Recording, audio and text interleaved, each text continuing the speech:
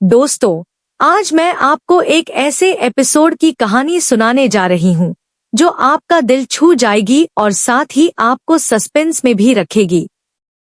Episode 24 की शुरुआत ही कुछ इस तरह होती है कि काव्या अपनी चालाकी दिखाते हुए सोचती है कि अब तो उसका खेल जीत गया है।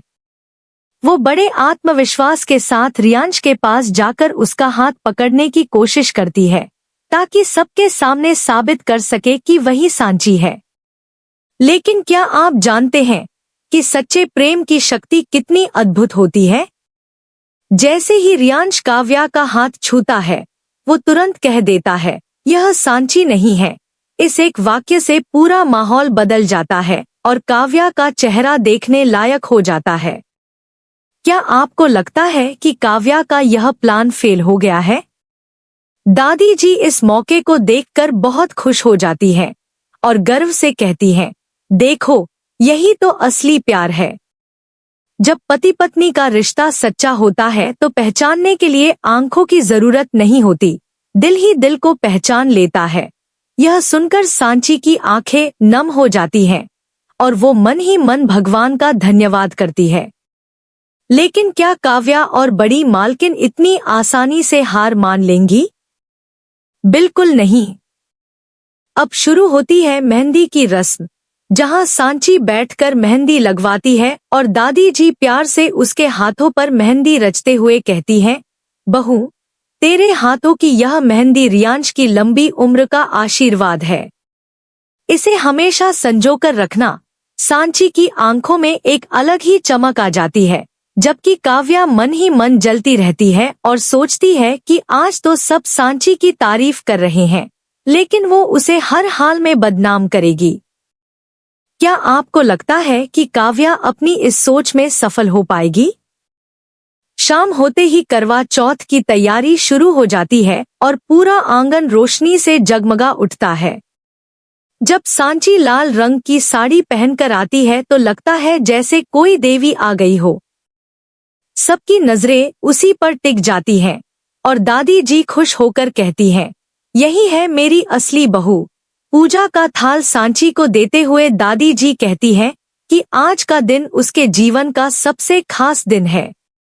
लेकिन अभी भी काव्या और बड़ी मालकिन की नजरें उस पर लगी हुई हैं और वो कोई ना कोई मौका ढूंढ रहे हैं सांची को नीचा दिखाने का।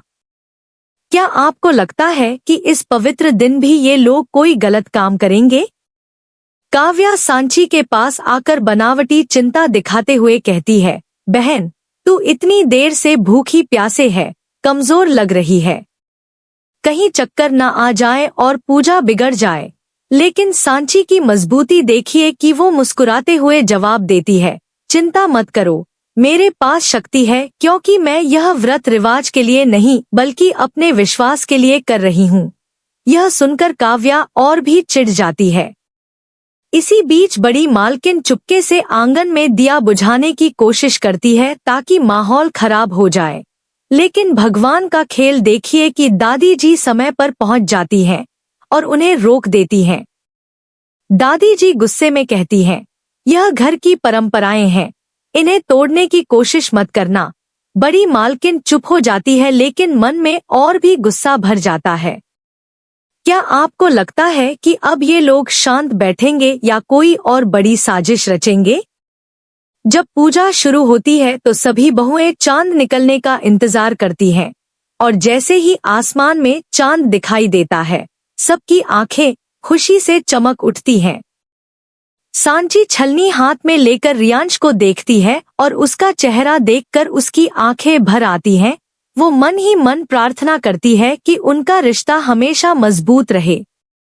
सांची की आंखों में सच्चा प्यार देखकर रियांश भी कुछ पलों के लिए भावुक हो जाता है और उसके सामने पानी का गिलास बढ़ाता है।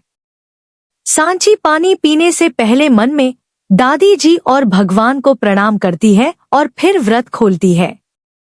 लेकिन दोस्तों, असली ड्रामा अभी शुरू होना बाकी है। पूजा के बाद जब सब खुश दिख रहे होते हैं, तभी अचानक काव्या का असली प्लान सामने आने लगता है। दरअसल काव्या ने सांची की थाल में कुछ ऐसा मिला दिया था जिससे सबको लगे कि सांची ने व्रत तोड़ा है। जैसे ही दादी जी थाल उठाती है तो क्या होगा? क्या काव्या की यह चाल सफल हो जाएगी? क्या सांची फिर से मुसीबत में फंस जाएगी? या फिर इस बार भी सच्चाई की जीत होगी? आपको क्या लगता है कि अगले एपिसोड में क्या होगा? क्या रियांश सांची पर भरोसा करेगा या काव्या की चालबाजी में फंस जाएगा? क्या दादी जी सच्चाई को समझ पाएंगी या वो भी धोखे में आ जाएंगी? और सबसे बड़ा सवाल यह है कि क्या सांची अपनी मासूमियत साबित कर पाएगी? दोस्तों, यह एपिसोड इमोशन, सस्पेंस और ड्रामे से भरपूर है। अगर आपको लगता है कि सांची इस बार भी जीत जाएगी तो कमेंट में लिखिए सांची जीतेगी, और अगर लगता है कि काव्या की चाल सफल हो जाएगी तो लिखिए काव्या का जमाना। आपकी क्या राय है इस पूरे मामले में? क्या आपको लगता है कि रियांश को सांची पर पूरा भरोसा करना चाहिए या उसे थोड़ा सावधान रहना चाहिए? और क्या आपके ख्याल में दादी जी हमेशा सच्चाई को पकड़ने में सफल हो जाती हैं या कभी कभार वो भी धोखे में आ जाती हैं? मुझे कमेंट सेक्शन में बताइए कि आपको इस एपिसोड का कौन सा हिस्सा सबसे ज्यादा पसंद आया। क्या यह रियांश का सांची को तुरंत पहचान लेना था, या दादी जी का प्यार भरा बर्ताव, या फिर सांची की मजबूत सोच? और हाँ, अगर आप भी चाहते हैं कि काव्या और बड़ी मालकिन की हकीकत जल्दी सबके सामने आ जाए तो इस वीडियो को लाइक करना न भूलिए। तो दोस्तों, क्या होगा अगले एपिसोड में जब दादी जी उस थाल को उठाएंगी? क्या वहां सच में कुछ गलत मिलेगा या यह सिर्फ काव्या का भ्रम है? रहिए हमारे साथ और जानिए इन सभी सवालों के जवाब अगले एपिसोड में। और हाँ, चैनल को सब्सक्राइब करना बिल्कुल न भूलिएगा, क्योंकि हम रोज आपके लिए ऐसी ही दिलचस्प कहानियां लेकर आते रहते हैं।